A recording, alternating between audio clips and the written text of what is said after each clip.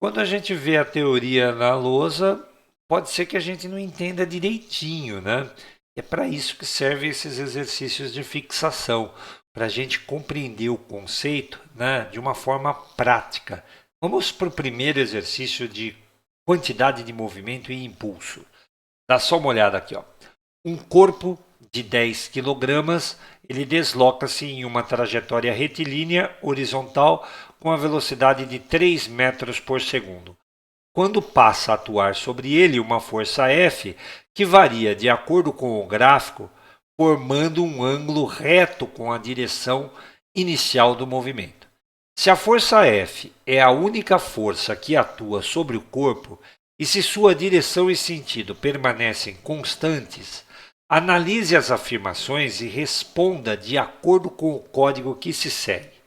Então, eu quero saber, vamos dar uma olhada lá, sobre a energia cinética do corpo, sobre o trabalho, sobre a quantidade de movimento. Então, tudo leva a crer, olha lá, primeira pergunta, energia cinética. Eu tenho que conhecer a velocidade desse objeto. Então, vamos primeiro entender qual foi a situação descrita aí. Né? A situação descrita aí, eu tenho um objeto, né? Então, vamos desenhá-lo aqui, ó. Eu tenho um objeto, esse objeto está em movimento. Como é que é o movimento dele? Tem uma velocidade de 3 metros por segundo. Então, vou desenhar essa velocidade aqui, uma velocidade de 3 metros por segundo. Pode ser para qualquer lugar. Deixa eu desenhar com uma cor diferente para ficar bem legal. Então, a velocidade do objeto aqui é uma velocidade de 3 metros por segundo. Desse jeito aqui. Ó. Pode ser para qualquer direção, tá? 3 metros por segundo é a velocidade dele inicial. Bom, nesse momento passou a atuar uma força sobre o objeto que é perpendicular ao movimento dele. Né? Então, vamos desenhar essa força que está agindo aí. Pode ser para cima como pode ser para baixo. Tanto faz, isso não vai influenciar a nossa resposta. Então, vou desenhar aqui uma força atuando aqui para cima. Todos nós sabemos, na aula de teoria, que se a gente tem uma força agindo sobre um objeto, né, ela vai causar variação na quantidade de movimento. Mas olha o detalhe sobre essa força.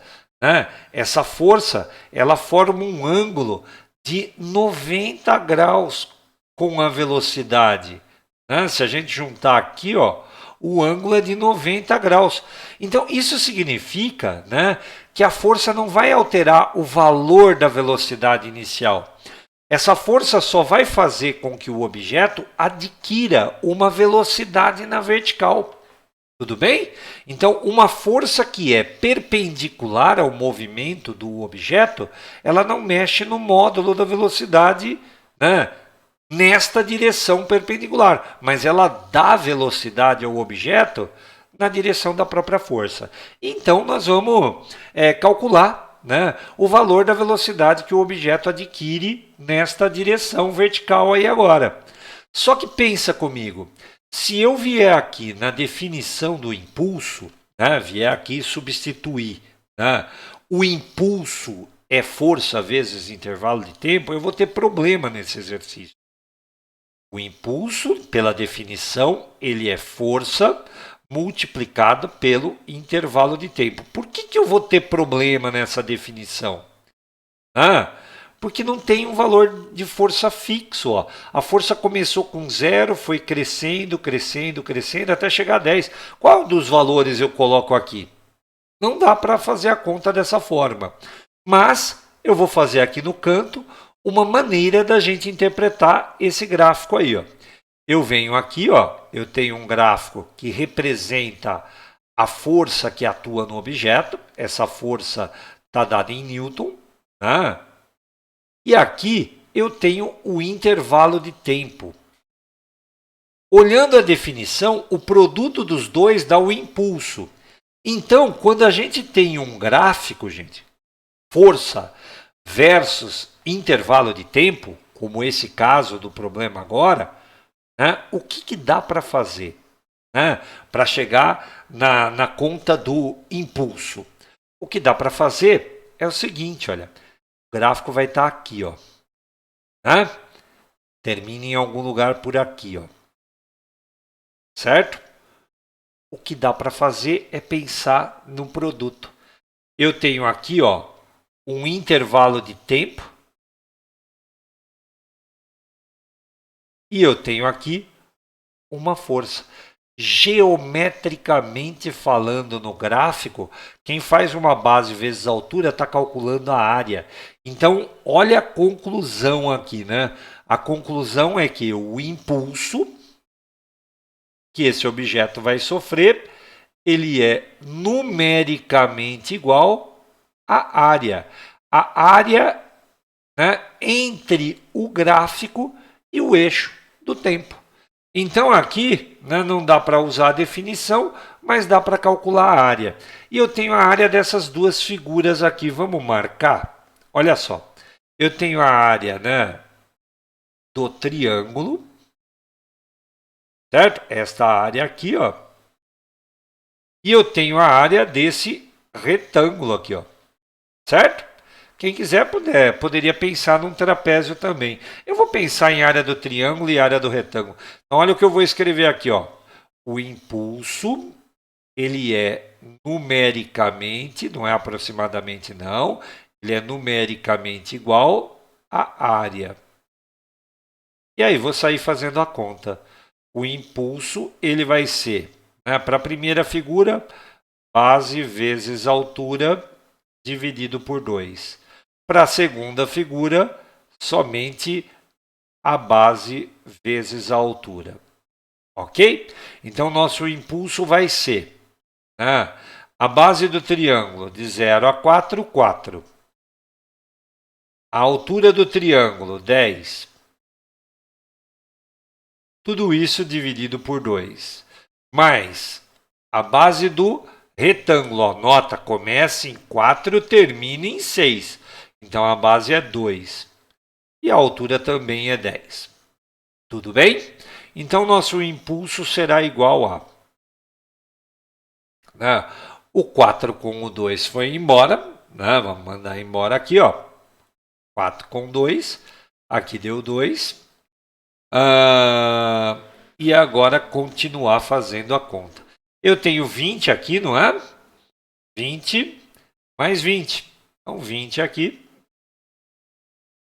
mais 20 aqui.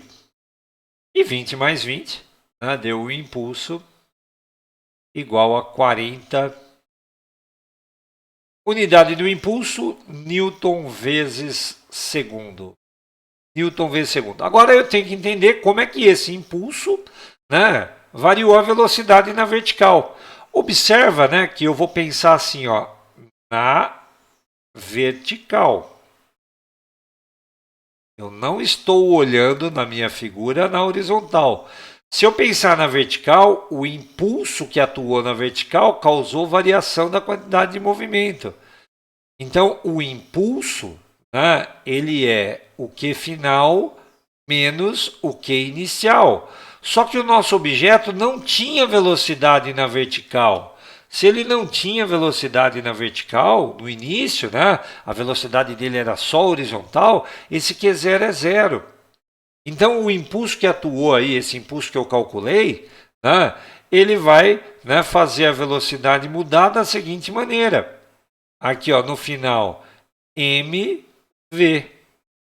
E agora está muito fácil calcular, né? O impulso é 40, a massa do objeto é 10 e a velocidade eu vou descobrir. Aliás, olha aqui, a velocidade eu já descobri, é uma velocidade de 4 metros por segundo. Então, né, agora o que é que eu vou fazer? Agora eu vou fazer o seguinte, eu vou olhar o que é que aconteceu com a velocidade. Eu vou desenhar assim, ó, o objeto, certo? Vamos desenhar ele aqui um pouquinho mais para baixo. Que já tinha uma velocidade, essa velocidade era uma velocidade de 3 metros por segundo aqui, ó. Já tinha essa velocidade de 3 metros por segundo. E eu acabo de descobrir que a força na vertical fez ele adquirir uma velocidade aqui para cima de 4 metros por segundo. Então, efetivamente, qual é a velocidade que ele tem? Quem responder que 3 mais 4 dá 7, apanha, hein?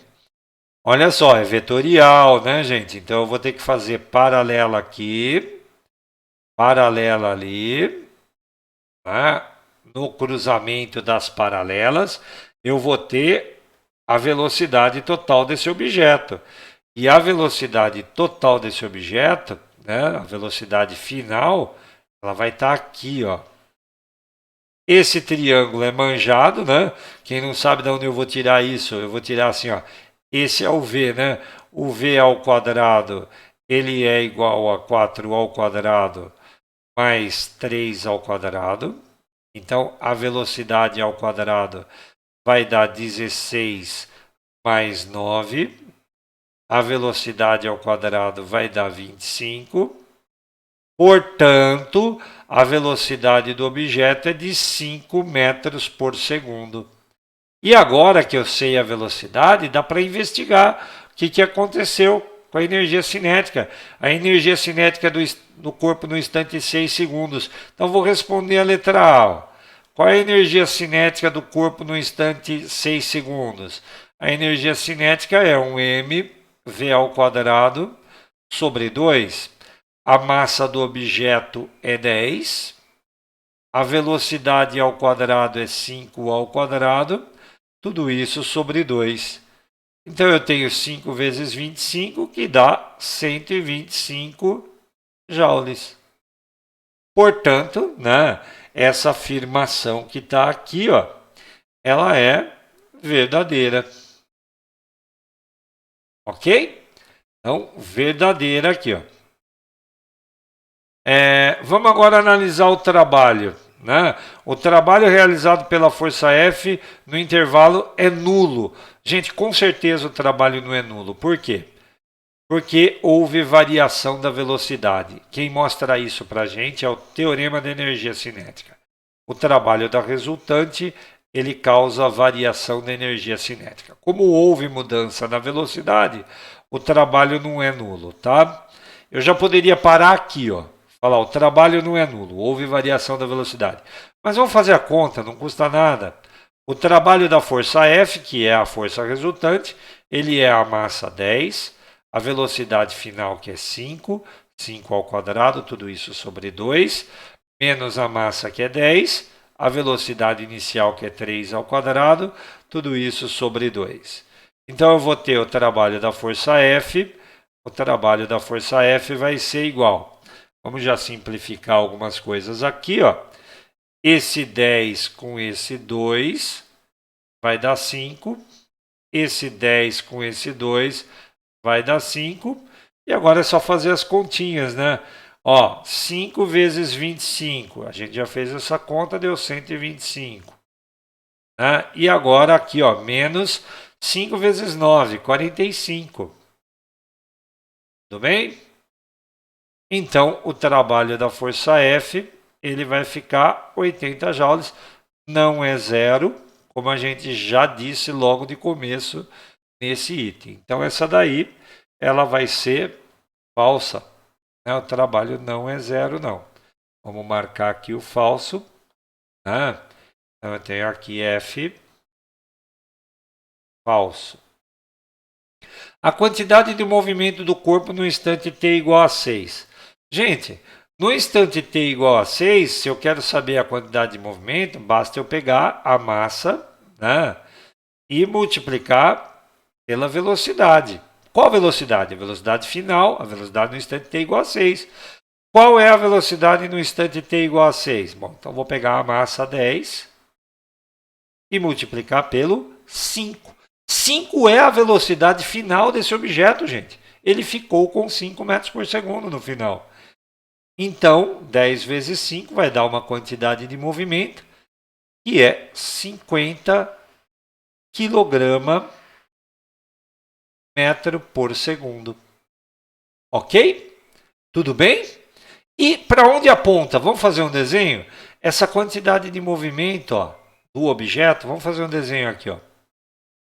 O objeto está aqui e ele vai ter uma quantidade de movimento que aponta na mesma direção e no mesmo sentido da velocidade. A velocidade não é na diagonal, assim, ó, vou fazer uma cópia aqui. Essa daqui é a quantidade de movimento final do nosso objeto. Mais um comentário, se você não notou ainda, né? Como o impulso é a variação da quantidade de movimento e também a força vezes intervalo de tempo, 1 newton vezes segundo é igual a 1 quilograma metro por segundo. São unidades equivalentes. Espero que você tenha entendido esse problema, espero que você tenha compreendido melhor a teoria através dele. Tá certo? Voltamos daqui a pouco com mais um.